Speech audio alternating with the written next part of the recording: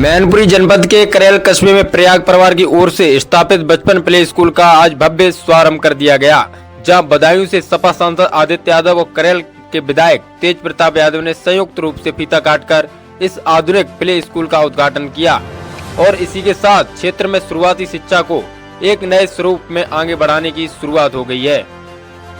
जी हां, आप ये लाइव तस्वीरें देख सकते हैं। जैसे ही फीता काटा गया, पूरा परिसर तालियों की गूंज से गूंज उठा। उद्घाटन के साथ ही लोगों में जबरदस्त उत्साह देखने को मिला।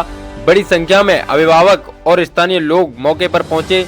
हर कोई इस नई पहल को करीब से देखने के लिए उत्सुक नजर आया। और वहीं कार्यक्रम के दौरान स्कूल के डायरेक्टर अरविंद यादव नीलू ने सभी मुख्य अतिथियों का माल्यार्पण कर और मोमेंटो देकर स्वागत किया और उनके प्रति आभार भी व्यक्त किया।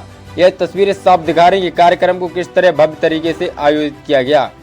और अब आप देखिए मुख्य अतिथि सपा सांसद आदित्य यादव का संबोधन और आप सुनिए विशिष्ट अतिथि करेल विधायक तेज प्रताप यादव ने क्या कहा है मंच से। Bureau report, BK live news.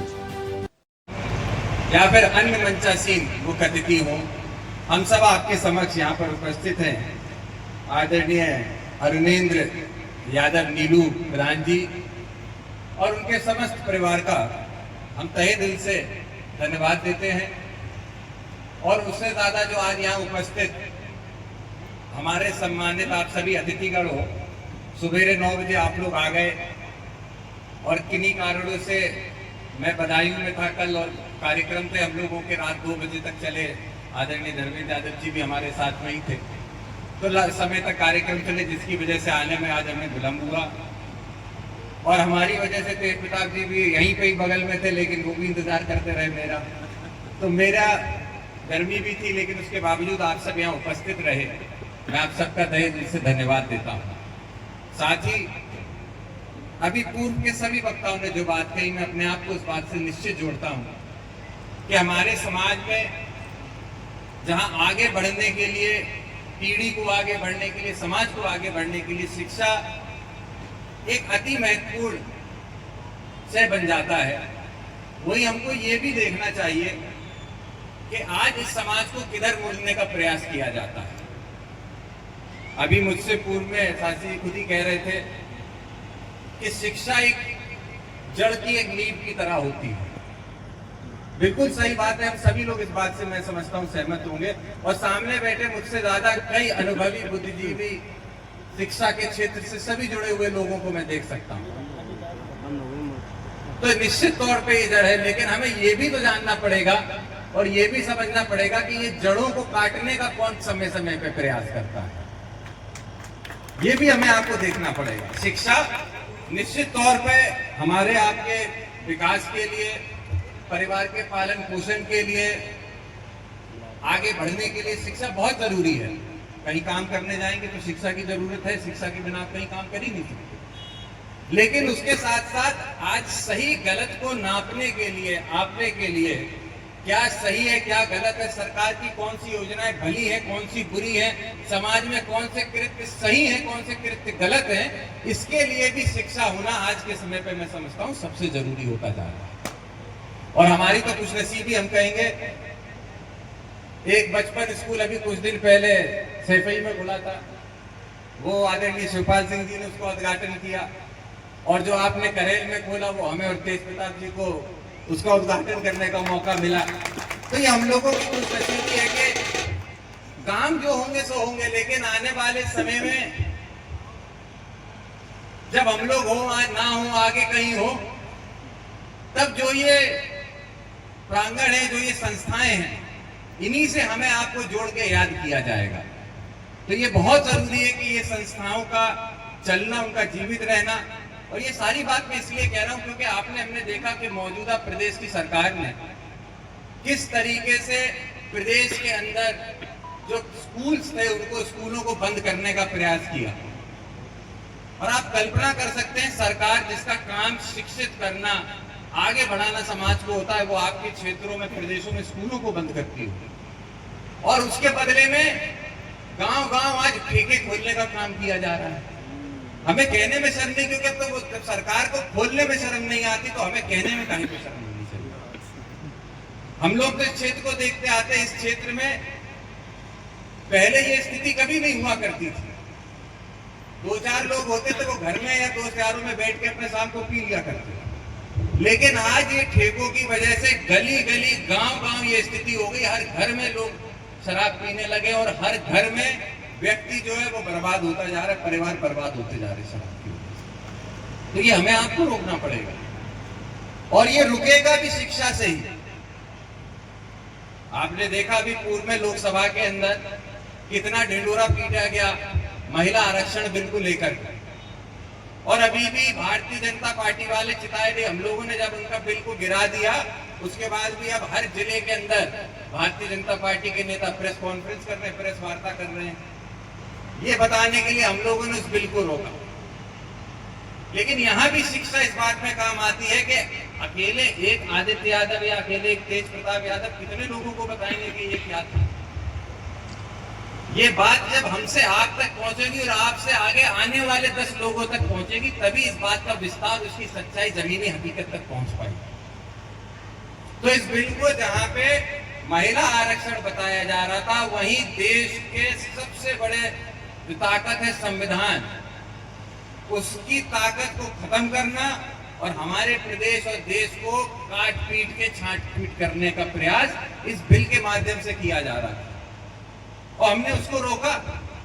और जो ये महिला आरक्षण बिल की बात करते हैं, आप खुद आप सरकार का अगर आप पीछे का उठा के देखेंगे तो 2023 में तो सरकार ने और विपक्ष ने दोनों ने मिलकर एक करतल ध्वनि से इस बिल को पास किया था हमने।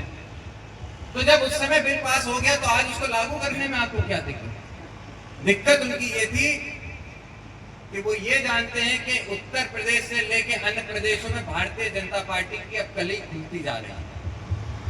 झूठ कुछ दिन छुप सकता है, ज्यादा दिन नहीं छुप सकता, और अब लोगों के सामने झूठ दिखता जा रहा है, झूठ सामने आता जा रहा है। और स्थिति अब ये हो गई कि जैसे जैसे प्रदेश से खत्म होते जा रहे हैं, इनको अब ताकत में, सत्ता में रहने की जो भूख है, वो उनसे ये सब कराने का काम करते हैं। अब सत्ता में रहने के लिए उन्हें काट छाट करनी पड़े तो वो काट छाट करने को तैयार है। तो इसीलिए मैं कहता हूं कि निश्चित तौर पे नीलू प्रधान जी और उनको हम बधाई देंगे कि क्षेत्र में, शिक्षा के क्षेत्र में हम सभी को काम करने की जरूरत है। जितना काम करें उतना कम है। जो हमारे देश की आबादी है, आज भी 35% के आसपास की हमारे देश की ऐसी आबादी है जो अशिक्षित रह जाती है, उसको शिक्षा नहीं मिल पाती। ये आज भी हमारे लिए, हम आपको सरकार ये कहती है कि हम विश्व गुरु बनने वाले हैं। आप बताइए, इस क्या जब देश की 35% आबादी अशिक्षित रहेगी, क्या कभी हम विश्व गुरु अपने आप को कह पाएंगे? तो इसीलिए शिक्षा हर चीज का रास्ता, हर चीज की पहली सीढ़ी है। इसीलिए मैं उनको, नीलू जी को बधाई भी देता हूं और ये भी अनुरोध करूंगा, ये बात भी पूर्व में किसी ने कही, बिल्कुल सही बात कही कि शिक्षा के क्षेत्र में जहां अच्छाई वहां बुराई भी आती जा रही है। शिक्षा जहां पे लोगों को पढ़ाने के लिए, उनको आगे बढ़ाने के लिए, समाज को आगे बढ़ाने के लिए काम होता था, आज हम लोग देख रहे हैं प्राइवेट स्कूलों की फीस, उनकी किताबें, उनकी ड्रेसें आसमानों में दाम छू रहे हैं। उसको भी हम लोग रोकने का काम करें और खास करके हम तो ये भी कहेंगे, चाहे हम लोग के पार्टी के सभी हो, तेज प्रताप जी और हम लोग यहाँ बैठे हैं, बल्कि हम तो यही चाहेंगे कि जितने भी हम लोग समाजवादी लोग किसी भी शिक्षा के क्षेत्र में जाके उद्घाटन करते हैं, तो फीता काटने से पहले मालिक से तय करा लो कि कम से कम 10% बच्चों को, जो गरीब होंगे, उनको आप फ्री में पढ़ाने का काम करो, तो हम तुम्हारे यहाँ उद्घाटन करने आ जाएंगे। करना पड़ेगा हमें, समाज के लिए हमें ही आपको करना है। नेताजी ने किया तभी हम आप यहाँ पहुंचे, अन्यथा नहीं पहुंचते। और आज बुरा इस बात का लगता है, दुख इस बात का होता है कि जब कोई व्यक्ति अपनी राजनीतिक महत्वाकांक्षाएं या जो उनकी महत्वाकांक्षाएं उनको नहीं पा पाता है, तो समाज को भी गर्ग में फेंकने के लिए वो दूसरों के साथ जब मिल बैठता है, तो हम लोगों को व्यक्तिगत बहुत दुख होता है। क्योंकि ऐसे ही हम आप यहाँ नहीं पहुंचे। नेताजी ने, पिताजी ने, आप लोगों ने जब इतनी मेहनत करी, चप्पलें घिसी, तब हम यहाँ तक आ जा पाए। और आज इस तरीके से ये झूठे लोग अगर हमें आपको दबाने का प्रयास करेंगे, तो मैं समझता हूँ ये हम लोगों की, नौजवानों की भी जिम्मेदारी होती है कि इसका मुंह तोड़ जवाब देना और जो सत्य है उसको सामने रखने का हम आप प्रयास करें। एक बार पुनः आने में जो मुझे विलम्ब हुआ, मैं उसके लिए तहे दिल से आप सबसे क्षमा चाहता हूँ। आप सभी लोग यहाँ उपस्थित रहे और हम सभी लोगों का इतना स्वागत किया। और पूर्व में भी आपने जब प्रोग्राम किया था तब भी आपने हमारा स्वागत किया था। और सबका नाम लेने के साथ साथ हमारी ये बिटिया जो कार्यक्रम का संचालन कर रही है अक्षता, उसका भी हम तहे दिल से धन्यवाद देते हैं कि आपने बहुत अच्छा संचालन किया है। और पूर्व में भी मुझे याद है आप कार्यक्रम में थी तो आपने भी संचालन किया था। आपका बहुत बहुत धन्यवाद, बहुत आगे बढ़े, बहुत बहुत आभार। हमारे इस नगर में हमारे बच्चों के लिए इस बचपन स्कूल का जो शुरुआत की है, और जैसा कि शास्त्री जी भी बोल रहे थे, निश्चित तौर पर एक मजबूत नींव को रखने का काम उन्होंने किया है, जिससे हमारे इस करेल नगर और आसपास के ग्रामीण क्षेत्रों के बच्चों को उच्च शिक्षा के लिए बाहर नहीं जाना पड़ेगा और उच्चतम शिक्षा जो है उनको यहाँ करेल में रहकर मिलेगी। पिछले कई सालों से शिक्षण के इस क्षेत्र में लगातार अनिल जी, आदि श्रीनिवास जी और सभी लोग बहुत अच्छा कार्य कर रहे हैं। उसके लिए मैं उनको बधाई देता हूँ। उम्मीद करता हूँ कि आपके इस विद्यालय से जो बच्चे पढ़ के निकलेंगे वो हमारे इस नगर का, हमारे समाज का, हमारे देश का नाम उज्ज्वल करेंगे, रोशन करेंगे। और इसी तरह आपका स्कूल साल दर साल नई ऊंचाइयों को छूए, ऐसी मेरी शुभकामनाएं हैं। और साथ ही जितने भी यहाँ सम्मानित लोग आज क्षेत्र पे बैठे हैं उनको उनका आशीर्वाद, उनका सहयोग हम लोगों के साथ बना रहे। इसी उम्मीद के साथ मैं आपका बहुत बहुत आभार और अभिनंदन करता हूँ। जय हिंद, जय